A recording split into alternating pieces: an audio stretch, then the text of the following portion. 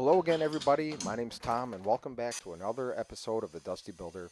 In today's project, we're going to replace two rotted basement columns, or sometimes they're referred to as Lally columns, in this home that's over 100 years old. This home is an investment property that a friend and I bought back in 2017. We completely renovated the property back then, and we've had just a few small projects lingering, and this is one of them. So without wasting any more time, let's get to it. So before a big project like this, I try to get ready the night before. I charge all my batteries, I get all my tools together, and load the truck up. This property is about an hour away. It's not close to my house, so if I miss something, I'm kind of out of luck. The area that we're in is really a cool area. There's a mix of old homes like we own, and there's also some new builds going on too, and a vibrant downtown area. This is Wyandotte, Michigan. So you can see what we're working with here. These columns are fairly well rotted through. But the good news is that the footings underneath them are in great shape. So it should just be a matter of supporting the beam, cut out the old column, and put a new column in. And the star of the episode is going to be an old bottle jack. We're going to measure from the top of the bottle jack to underneath the beam. And then that's what we're going to use to jack up the beam and take the post out. So I used two 2x4s, I screwed them together, and that's what I'm using on top of the jack to lift with. And it's very important that this is plumb both ways.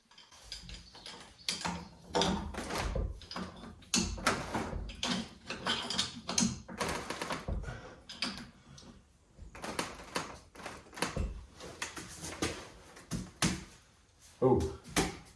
So lifting up old homes is part science, part art. You could hear the creaking and cracking, and that means it's working. Something's happening. And you can see here we raised it up maybe 3/16. And it actually went a lot easier than I thought it would. Got our newspaper in there. And so just to be safe, I cut a 4x4, and I'm going to use that to shore up this beam from when we take this post out. You know, if something were to happen with that bottle jack, I'll at least have that beam there, and we won't have any problems. So with our beam safely supported, I'm going to cut the column with a 4-inch grinder with a metal wheel on it. After a few minutes, it comes right out.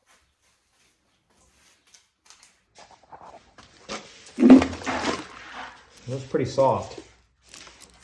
Yeah. So I was jamming up the hole. Mm-hmm. Perfect. Load bearing. Load bearing paper. What's going on? Bicentennial. Tatum O'Neal, the Bad News Bears. So I'm not sure that I'd buy a 100-year-old home again and renovate it. It was a lot of work. But it is kind of fun finding old stuff like this. This newspaper is older than me. It was from 1976. So that's pretty cool. So we finished cleaning up the spot where our new post is going to sit. And I special ordered these posts. They cut them fairly close, within 1/8 of an inch. And so we're just going to make sure that these are plumb and level.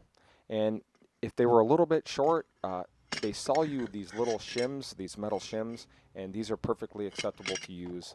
Over there. All right, drop her down. So once we have everything where we want it, we're going to lower that bottle jack, and all that load of that beam is going to be supported on our new post. So you can see the guy at the steel store welded on a big metal plate, and then he cut some holes on the top. So we're going to put lag bolts up to this beam. And then we have a spot on the floor where we're going to put a couple anchors. And, you know, gravity will probably honestly just keep it here forever, but we want to do the right thing and make sure everything's secure. You got a tape measure on you? So once Greg drilled the holes in the concrete, we're going to get rid of all that dust with a vacuum. So we got a good solid bite in there with the anchor. Okay, we got some anchors. I don't know. This little ring here expands once it's in the hole, and it holds it tight. Here's a good pro tip. Before you start hammering away on that bolt, go ahead and put that nut on there and then hammer away, because if you are hammering on it, you could hurt the threads, and you'll have a super challenging time to thread it. Don't ask me how I know.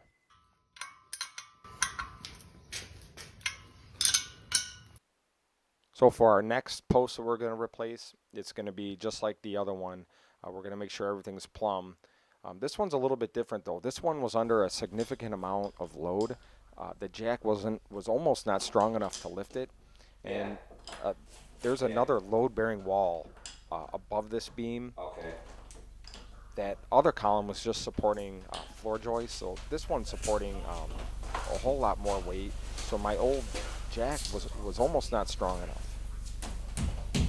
So if this wood was not plumb and I was lifting all this weight, I would run a real risk of something catastrophic happening where maybe the wood would shoot out and potentially hit me.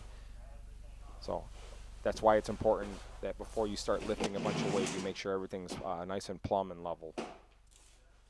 So after all that lifting, this is the only movement I got. Just this little bit. But that's all I need. That's all I need to get this out of here and put the new one in. So that could fall off and hit us in the head. Is the top moving? So we definitely want to use that 4x4 post now to support this beam, just in case something happens to the jack. That's where it lived. Kind of want that there. We're going to slide our new column in. Well, okay, yeah, that works. Then we're going to get rid of that temporary 4x4 post. On that plate. Good that way. Okay. Oh. Then once we have everything exactly where we want it, we'll get rid of the bottle jack post. Do you want to set the other one and then do the finish work? So there you have it. Replacing these posts is a pretty straightforward job. It's something that if you take your time and plan, pretty much anybody could do. And thanks for watching. I'll see you in the next one.